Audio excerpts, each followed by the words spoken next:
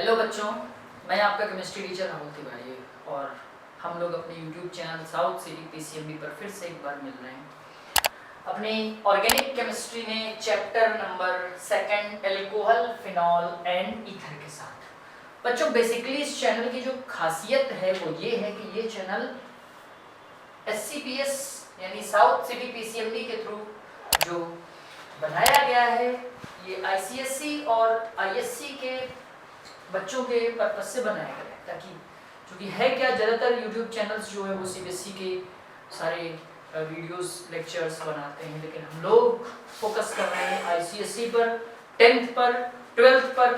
तो बने रहिएगा हमारे साथ लास्ट तक, वीडियो को आपको एंड तक देखना मत भूलिएगा और हमारे YouTube channel south city PCMB को सब्सक्राइब करें, लाइक करें और साथ ही साथ इसके लेक्चर्स को शेयर करें, जिससे आप भी अच्छा करें और आपके जिसको भी आप शेयर करें वो भी अच्छा करें।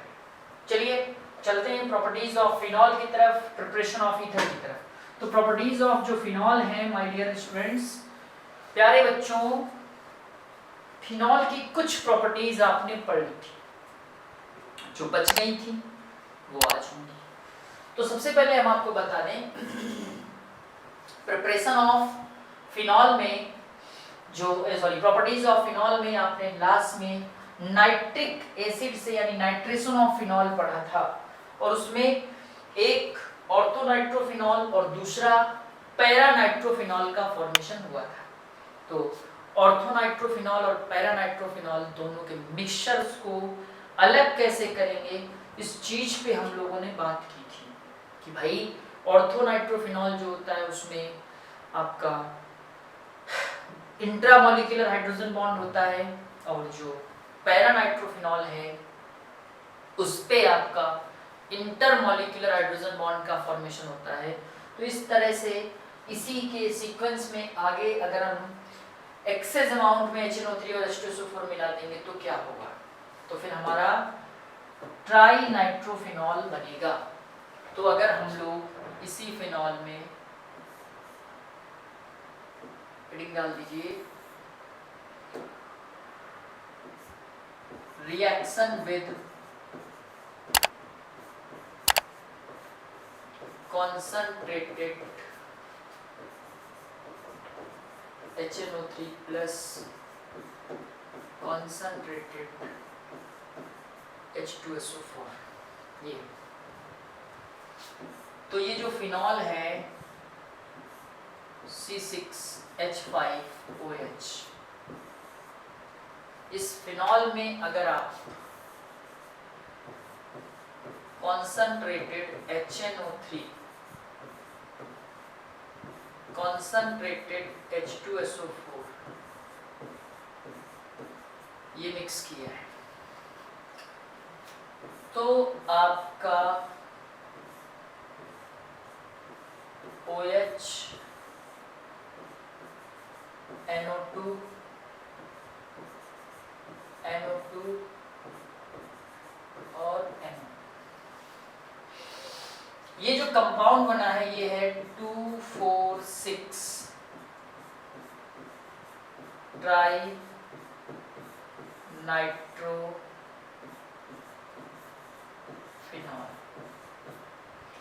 इसी का दूसरा जो नेम है, इसी को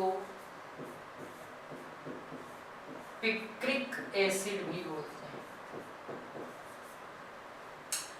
ये क्वेश्चन बहुत इंपॉर्टेंट है,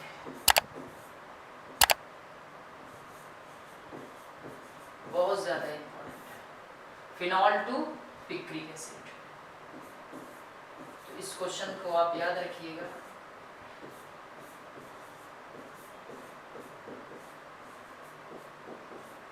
पिक्रिक एसिड, ये आपका इंपॉर्टेंट क्वेश्चन है बहुत ज्यादा। तो फिनॉल की ये केमिकल प्रॉपर्टीज हो गई, नाइट्रेशन हो गई, ब्रोमिनेशन हो गई। तो इस तरह से फिनॉल के आपकी केमिकल प्रॉपर्टीज हो जाती हैं। कुछ और भी केमिकल प्रॉपर्टीज हैं फिनॉल की, चलो 2 मिनट उन पे भी हम लोग बात कर लेते हैं। जैसे आपने सैलिसिलिक एसिड बनाया था, ठीक, उस सैलिसिलिक एसिड में अगर आप फिनॉल पे आपने क्या किया था, ये क्वेश्चन ये आया है, एस्प्रिन फ्रॉम फिनॉल,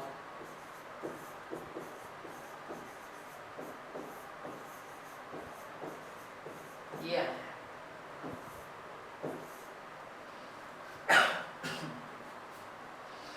एस्प्रिन पे अगर हम लोग बात करेंगे तो आप लोगों ने एक बनाया था फिनॉल से पहले सैलिसिलिक एसिड, CO2 और NaOH मिक्स करके कोल बेस रिएक्शन के थ्रू OH और COOH ये बनाया। तो OH और COOH पे जैसे ही हम लोग CH3COOH मिला देंगे, एसिटिक एसिड मिला देंगे, तो ये आपका मिथाइल सैलिसिलेट बन जाएगा और इसको हम लोग बोलते हैं एस्प्रिन। ठीक, ये हो गई बात। ऐसे ही ये तो बात आपकी फिनॉल की हो गई, फिनॉल की जो केमिकल प्रॉपर्टीज थी। हमने जो फिनॉल पे बात की बेसिकली वो प्रिपरेशन ऑफ फिनॉल, इसके बाद प्रॉपर्टीज ऑफ फिनॉल, प्रॉपर्टीज में जितनी भी बातें थी बहुत अच्छे से आपको की गई। अब एक लास्ट में आता है कि फिनॉल का भाई नाइट्रेशन अगर करवाते हो, ठीक, और भी एक दो रिएक्शंस है फिनॉल की। नेक्स्ट पे चलते हैं आगे अपने ईथर की तरफ, क्योंकि ईथर इससे भी ज़्यादा इम्पोर्टेंट है। ईथर पे हमने कुछ इम्पोर्टेंट बातें आपको पहले ही बता दी थी। ईथर का जनरल फॉर्मूला होता है ROR, इसी को और भी लिख सकते हो ROR डैश, ठीक। सिमेट्रिकल और एसिमेट्रिकल ईथर है। प्रिपरेशन मेथड में आपने मैकेनिज्म पढ़ी थी और मैकेनिज्म मैंने सब पूरी एल्कोहल वाले में ही बता दी थी इसकी मैकेनिज्म। तो ईथर में सबसे पहले आएगा प्रिपरेशन मेथड,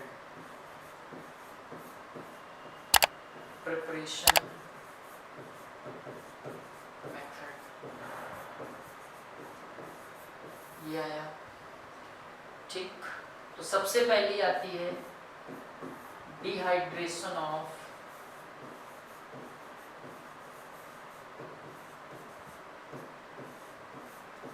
एल्कोहल।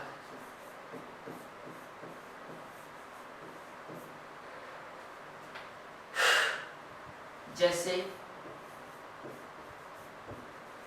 C2H5OH, इसको अगर आप याद करिए, अगर आप याद हो, कॉन्सनट्रेटेड H2SO4 मिलाइए, ठीक, क्या बन जाएगा C2H5OC2H5 प्लस H2O। ये है आपका डाई इथाइल ईथर। ये आपका डिहाइड्रेशन ऑफ एल्कोहल से था। आप डिहाइड्रेशन ऑफ एल्कोहल को आराम से कर सकते हो, कोई दिक्कत नहीं है। दूसरा सबसे इंपॉर्टेंट, इससे ज्यादा इंपॉर्टेंट कुछ भी नहीं, विलियमसन सिंथेसिस।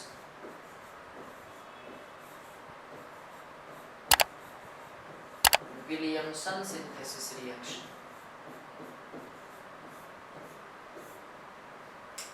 ठीक। विलियमसन सिंथेसिस में आपने एल्काइल हैलाइड में पढ़ा था, उसमें हमने आपको बताया था कि एल्काइल हैलाइड का रोना, ईथर का पैदा होना, ये तो ईथर की प्रिपरेशन की ही मेथड थी, ठीक। पीछे भी आप लोगों ने एक आध दो टीचर्स से ये चीज पढ़ रखी है। तो एल्काइल हैलाइड RX रोना, ठीक है, Na और X NaX प्लस ROR, ये कौन है, ईथर, ठीक। C2H5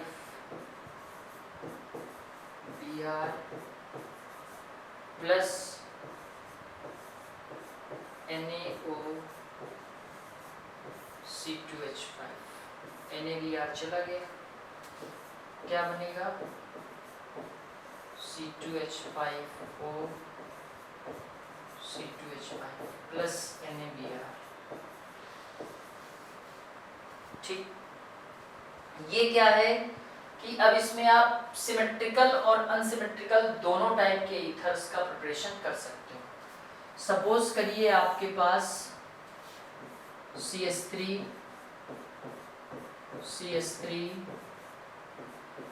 ये है, टर्सरी सोडियम ब्यूटॉक्साइड है, इस पे आप CH3Br मिक्स कर दीजिए तो NaBr निकल जाएगा, क्या बनेगा CH3 OCH3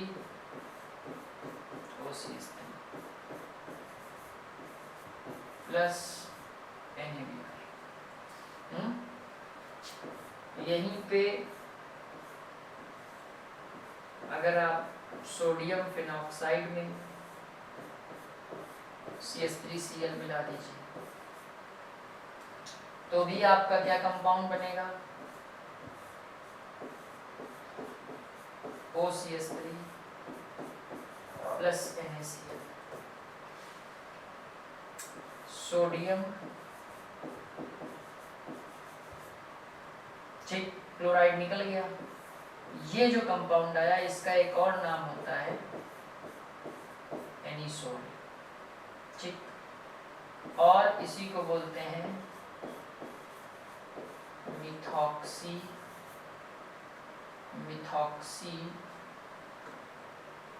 बेंजीन।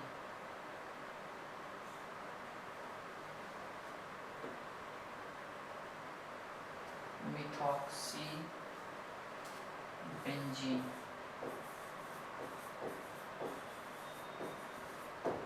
ये ईथर की प्रिपरेशन है, दो मेथड। हालांकि और भी होती हैं, ऐसा नहीं है, ठीक, और भी कई सारे होते हैं कंपाउंड जिनसे ईथर्स को प्रिपेयर किया जा सकता है, लेकिन आपको मेन इन्हीं दोनों से प्रिपेयर करना होता है ईथर। अब बात करते हैं हम लोग ईथर्स की प्रॉपर्टीज पे, ठीक है। तो पहले चलते हैं ईथर की प्रॉपर्टी पे, क्योंकि ईथर की प्रॉपर्टी बहुत ज़्यादा इंपॉर्टेंट है। अब जब ईथर की प्रॉपर्टी पे आया,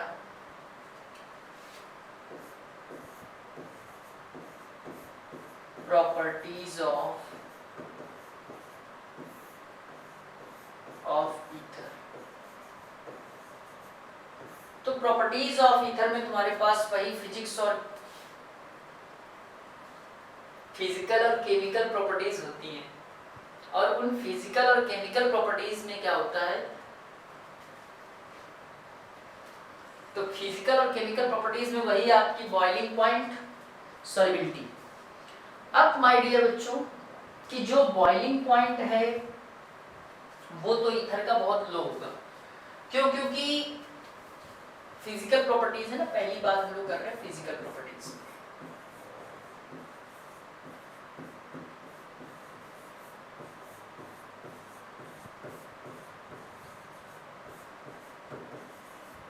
तो जैसे सपोज करिए बॉइलिंग पॉइंट, तो बॉइलिंग पॉइंट होता है लो। क्यों लो होता है, उसके पीछे रीजन है। लो होने का रीजन है क्योंकि भैया ROR, इसमें किसी भी तरह का कोई फोर्स ऑफ अट्रैक्शन अप्लाई नहीं हो रहा है, ठीक, एब्सेंस ऑफ हाइड्रोजन बॉन्ड है।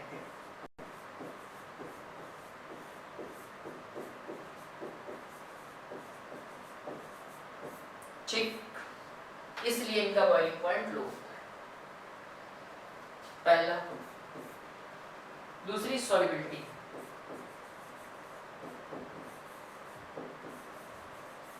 अगर बात सॉल्युबिलिटी की आती है तो आप यूं कह सकते हो कि these compounds are soluble in water। अब आपसे पूछेगा क्यों भाई, क्यों soluble है वाटर में? तो ड्यू टू फॉर्मेशन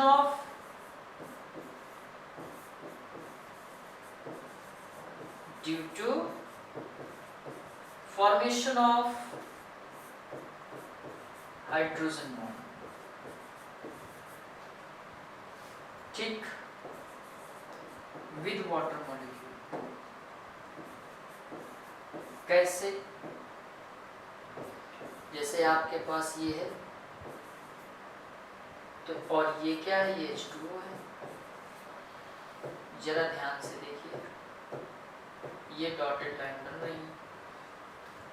तो ये सॉल्युबिलिटी इसीलिए क्योंकि ये वाटर के साथ क्या कर रहा है? हाइड्रोजन बॉन्ड बना रहा है। और जब वाटर के साथ हाइड्रोजन बॉन्ड बना रहा है तो हाइड्रोजन बॉन्ड के चक्कर में ही ये जो है सॉल्युबिलिटी इसकी बढ़ जा रही है। ठीक, तो ये आपकी किसकी बात हो गई? फिजिकल प्रॉपर्टीज की बात हो गई। अब हम लोग बात करेंगे केमिकल प्रॉपर्टीज की। तो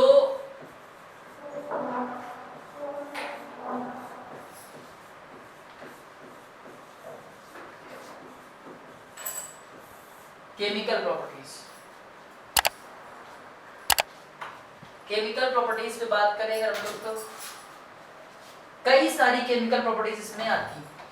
भाई जाहिर सी बात है, ईथर अगर पढ़ रहे हो तो किससे किससे रिएक्शन ईथर करता है, और दूसरी बात एरोमेटिक ईथर है तो वो इलेक्ट्रोफिलिक सब्स्टिट्यूशन देता है या न्यूक्लियोफिलिक सब्स्टिट्यूशन देता है। बात तो सारे पॉइंट्स पे होती है ना भैया, तो करते ही हैं बात। केमिकल प्रॉपर्टीज में सबसे पहले बात आती है हमारी जो है फर्स्ट रिएक्शन विद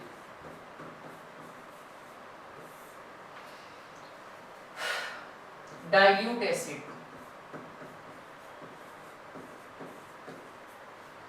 ठीक, डाइल्यूट एसिड। तो अगर आप ROR में डाइल्यूट एसिड मिलाओगे, डाइल्यूट H2SO4। ठीक,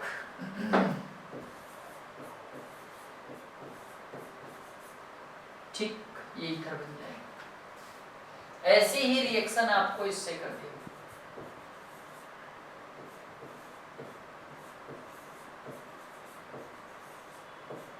प्लस H2O डाइल्यूट H2SO4। ठीक है, तो डाइल्यूट H2SO4 में इसमें भी यही बनेगा 2C2H5OH। ठीक, second reaction with PCl5 phosphorus pentachloride. अब फास्फोरस पेंटाक्लोराइड से अगर रिएक्शन की बात करेंगे तो कैसी होगी? आपको PCl5 के अबाउट में कई बार बता चुके हैं कि PCl5 का सीन कुछ ऐसा होता है कि 3 फास्फोरस क्लोरीन बॉन्ड बहुत ज्यादा स्ट्रॉन्ग होते हैं और 2 फास्फोरस क्लोरीन बॉन्ड वीक होते हैं, वो जल्दी से ब्रेक होते हैं। तो C2H5 OC2H5।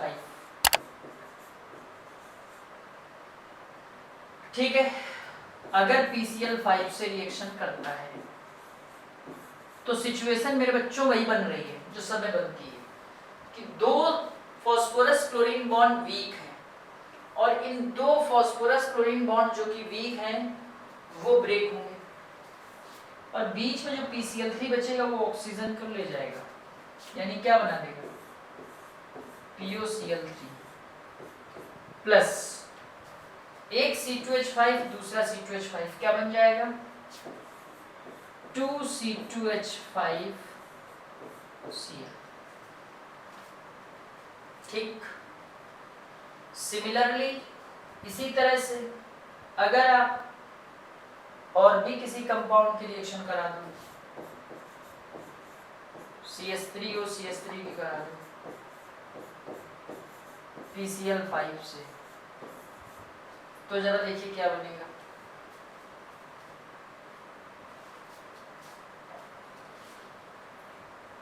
क्या बनेगा?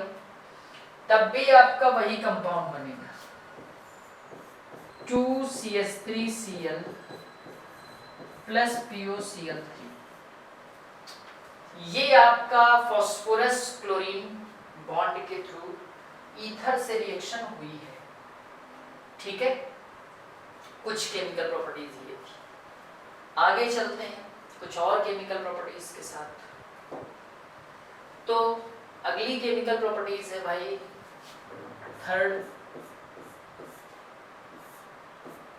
Reaction with chlorine. अब डार्क में होगी या सनलाइट की प्रेजेंस में होगी, मैटर इस पे डिपेंड करेगा कि जो क्लोरीन है वो ईथर से कैसे रिएक्शन करती है। डार्क में करती है मींस अंधेरे में करती है और या उजेले में करती है। अब अंधेरे यानी डार्क और लाइट दोनों की रिएक्शन का कॉन्सेप्ट अलग होता है भाई।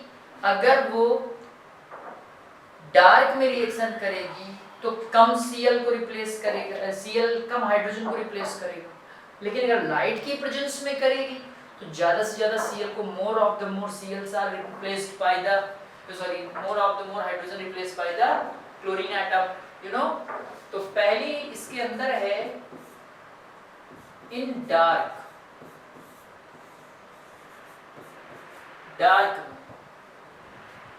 ठीक। तो अगर आप डार्क में रिएक्शन कराते हो OCH2 क्लोरीन, ठीक।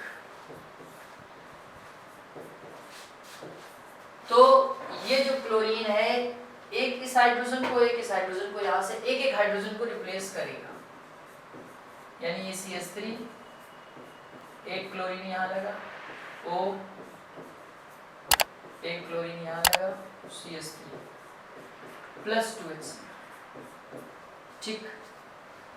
डाइक्लोरो डाइथाइल ईथर बना, डाइक्लोरो डाइथाइल ईथर बना। ये आप देखिए ये डार्क की रिएक्शन है। अब जरा लाइट की रिएक्शन की बात कर लेते हैं। तो अगर in the presence of light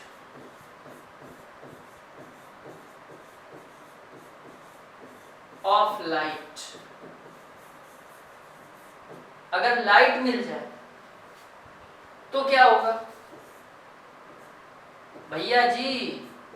reaction जरा देखिएगा, गौर फरमाइएगा, कुछ नया होने वाला है आज, क्योंकि यहाँ पे आपको लाइट मिल रही है। भाई साहब बुरा नहीं मानेंगे आप, जितने हाइड्रोजन है उतने सबको ये जो क्लोरीन है ना जहर है, सब सारे हाइड्रोजन को रिप्लेस कर देगा और बन जाएगा पर chloro diethyl ether C2Cl5 O C2Cl5 plus 10HCl। ये रिएक्शन, बात आप समझ गए? तो ये मैटर है रिएक्शन विद क्लोरीन का। अगला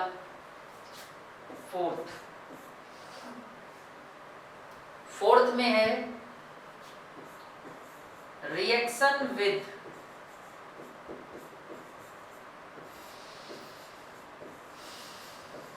हैलोजन एसिड।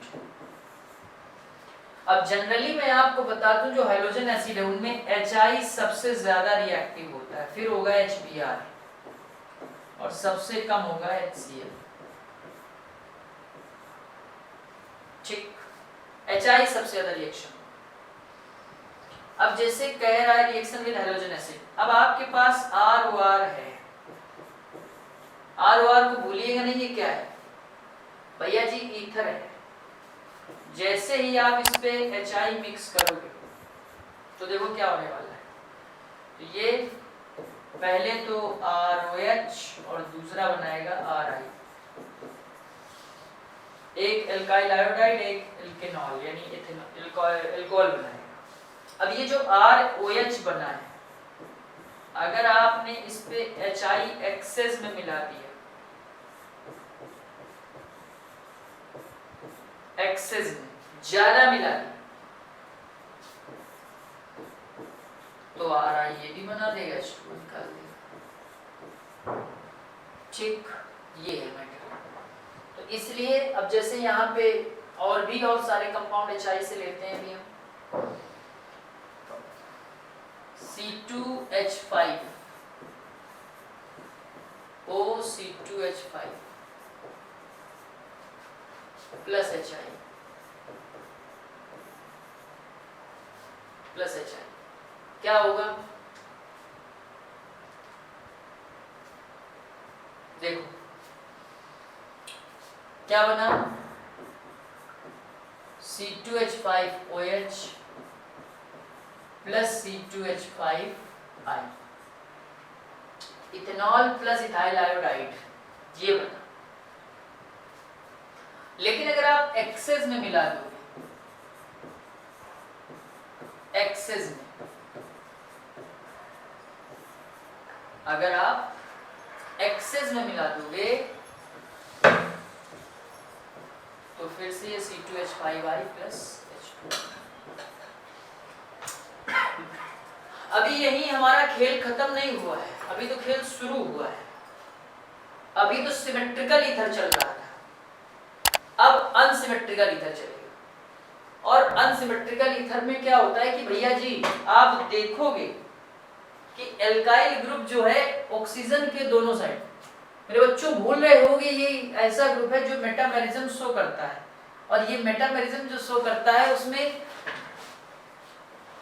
इधर और उधर दोनों साइड किसका डिफरेंस होता है, एल्काइल ग्रुप का डिफरेंस होता है। अनसिमेट्रिकल ईथर में अगर यहाँ पे आप क्या देख रहे हो कि भाई सेम सिमेट्रिकल ईथर है, अब अगर हम यहाँ पे अनसिमेट्रिकल ले लें, ठीक, सपोज करिए आपके पास CH3 CH2 OCH3 आ गया, इस तरह से आया है, ठीक, इस तरह से ये कंपाउंड आया है। अब आप कह रहे हो कि भैया जी इस पे HI मिलाइए। आधे से ज्यादा बच्चे ये सोच रहे हो कि सर करें क्या, अरे भाई जिसमें नंबर ऑफ कार्बन ज्यादा है इस चेन पे वो एल्कोहल बनाएगा, और जिसमें कम है वो आयोडाइड बनाएगा। आइए देख लेते हैं। तो CH3 CH2 OH plus CH3I। अब इसी केस में, इसी सिचुएशन पे थोड़ा सा हम और स्टैंडर्ड बढ़ाते हैं कि बाई चांस आपके पास टर्सरी एल्कोहल आ जाए, टर्सरी ईथर आ जाए, भैया जी इस केस में आप क्या करोगे, ठीक, इस केस में अगर आप HI मिलाते हो तो क्या होगा, तो इस केस में आप जब HI मिलाओगे तो आपका जो टर्सरी एल्काइल हैलाइड है, ठीक, एल्काइल हैलाइड जो होगा,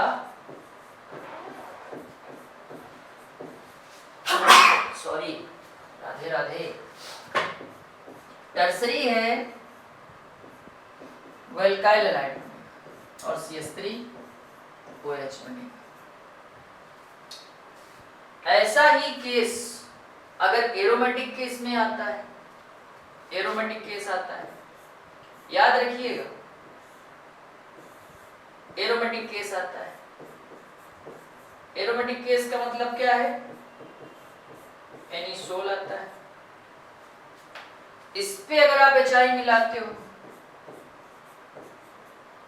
तो दिल्ली दूर है लेकिन तुम्हारी रिएक्शन दूर नहीं है। मैं आपको बता दूं कि ये जो फिनॉक्सी बॉन्ड है यानी फिनाइल और ऑक्सीजन के बीच का, ये ज्यादा स्ट्रांग होगा मिथॉक्सी बॉन्ड से। तो भैया जी इस पे जो है मेजर प्रोडक्ट जो बनेगा वो माय डियर फिनॉल बनेगा और आपको मिथाइल हाइड्राइड मिलेगा। तो भैया ये सारी चीजें जो है ना ये ध्यान रखने वाली हैं, ये सारे के सारे केस। भाई केस नंबर 1 था, केस नंबर 2 आया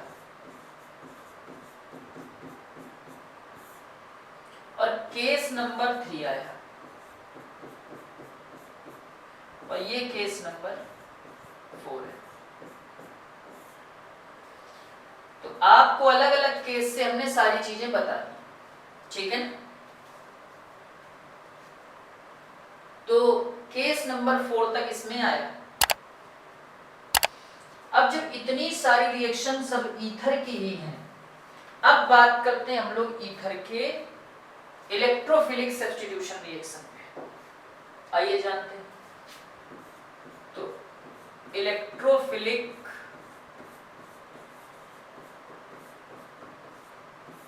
सब्स्टिट्यूशन ऑफ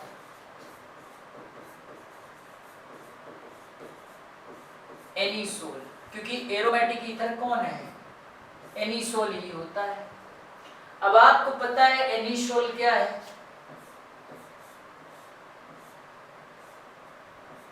OCS3। ये एक ortho and para directing group है, ठीक। यानी OCS3 जो है ऑर्थो और पैरा डायरेक्टिंग ग्रुप है, यानी इनकमिंग ग्रुप को ये कहां भेजेगा? ऑर्थो या फिर पैरा पोजीशन। तो अगर बाय चांस आप कहते हो फर्स्ट रिएक्शन हैलोजनेशन, पहली रिएक्शन हैलोजनेशन बोलते हो और आपसे मैं कहूंगा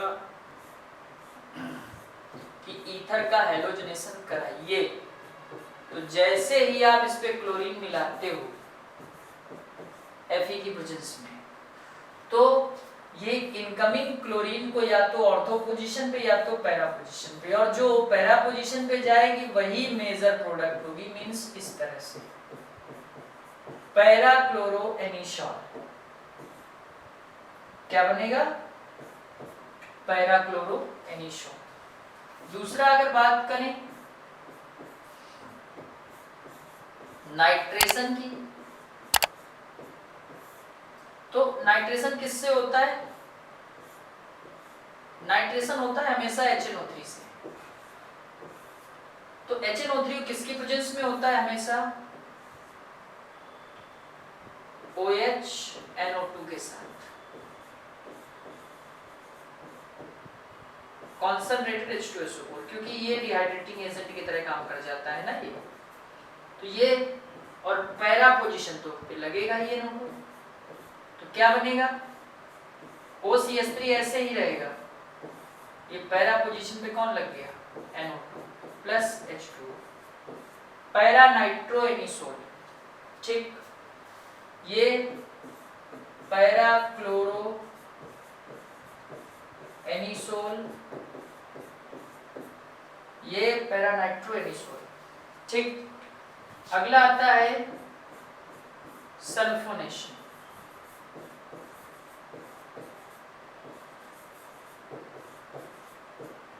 सल्फोनेशन, तो सल्फोनेशन में भी कुछ ऐसी ही रिएक्शन होती है कि भाई ये एनिसोल है आपका, इस एनिसोल पे जैसे ही आप कॉन्सनट्रेटेड H2SO4 मिलाओगे, ठीक, तो मिथॉक्सी बेंजीन सल्फोनिक एसिड बना देगा, ठीक। 4-मिथॉक्सी बेंजीन सल्फोनिक एसिड बना देगा। अगली बात आती है एक और, एल्काइलेशन।